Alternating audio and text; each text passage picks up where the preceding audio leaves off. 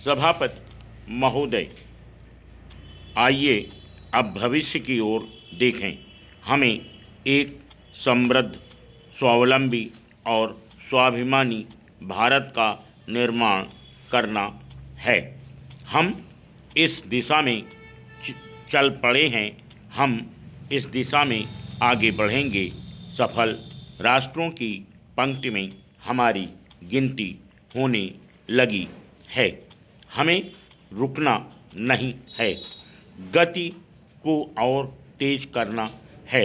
मैं किसानों, मजदूरों, कारीगरों, कर्मचारियों, नौजवानों और भारत के समस्त नागरिकों से सुखी व संपन्न भारत के निर्माण में अपना योगदान देने का आह्वान करता हूँ। मैं देश के आयोजकों से आग्रह करता हूँ कि देश के निर्माण में वह अपनी योग्यता और क्षमता की पताका फहराएं और दुनिया को दिखा दें कि भारत के उद्योगपति किसी भी प्रतिस्पर्धा से कम नहीं हैं।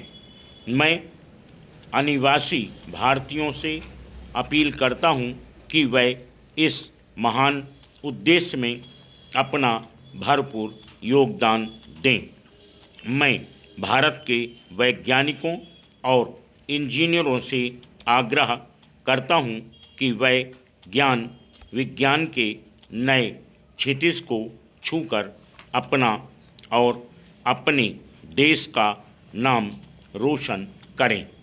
मैं भारत के खिलाड़ियों से भी अपील करता हूं कि वे दुनिया के खेल के मैदानों में तिरंगे को बुलंदी तक पहुंचाएं। अगले महीने एथेंस में होने वाले ओलंपिक खेलों में भारतीय खिलाड़ियों की सफलता के लिए पूरा देश उन्हें शुभकामनाएं देता है। आइए हम सब एक परिश्रमी भारत, पराक्रमी भारत, विजयी भारत के निर्माण में अपना अपना योगदान दें।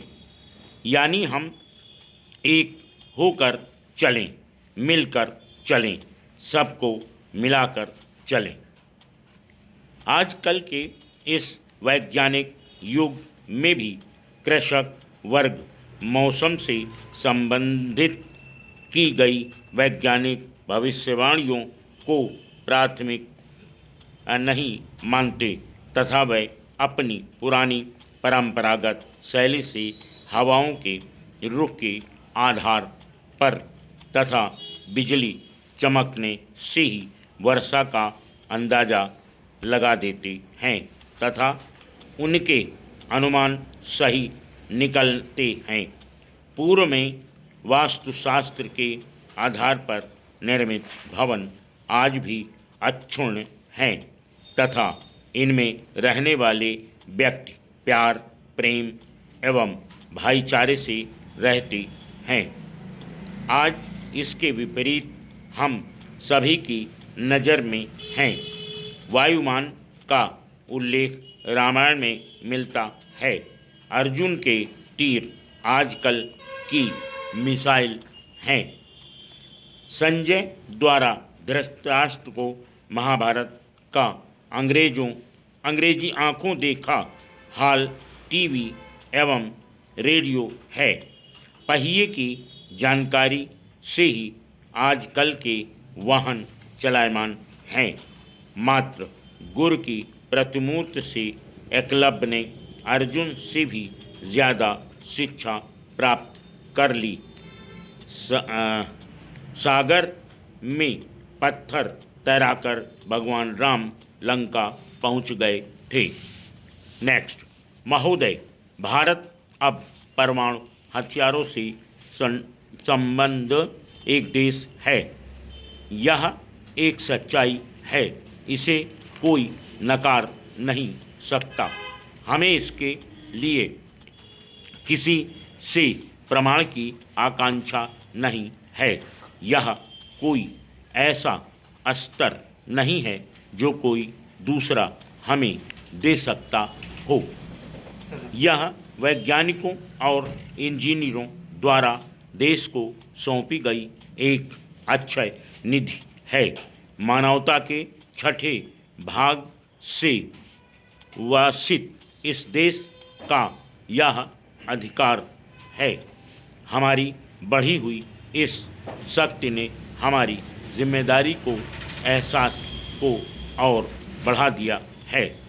हमारी इच्छा किसी के विरुद्ध इन हथियारों का इस्तेमाल करने की नहीं है।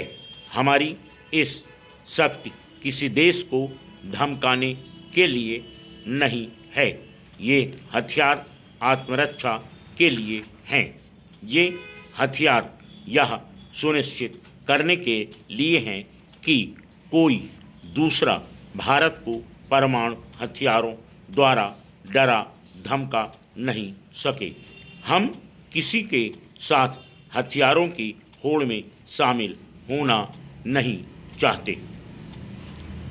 पहले भी हमने बहुत सारे प्रयास किए हैं।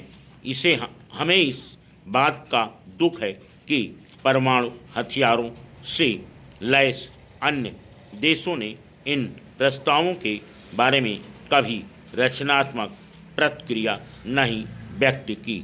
वास्तव में यदि उनकी प्रक्रिया रचनात्मक रही होती तो भारत को परीक्षणों का यह कार्यक्रम शुरू नहीं करना पड़ता।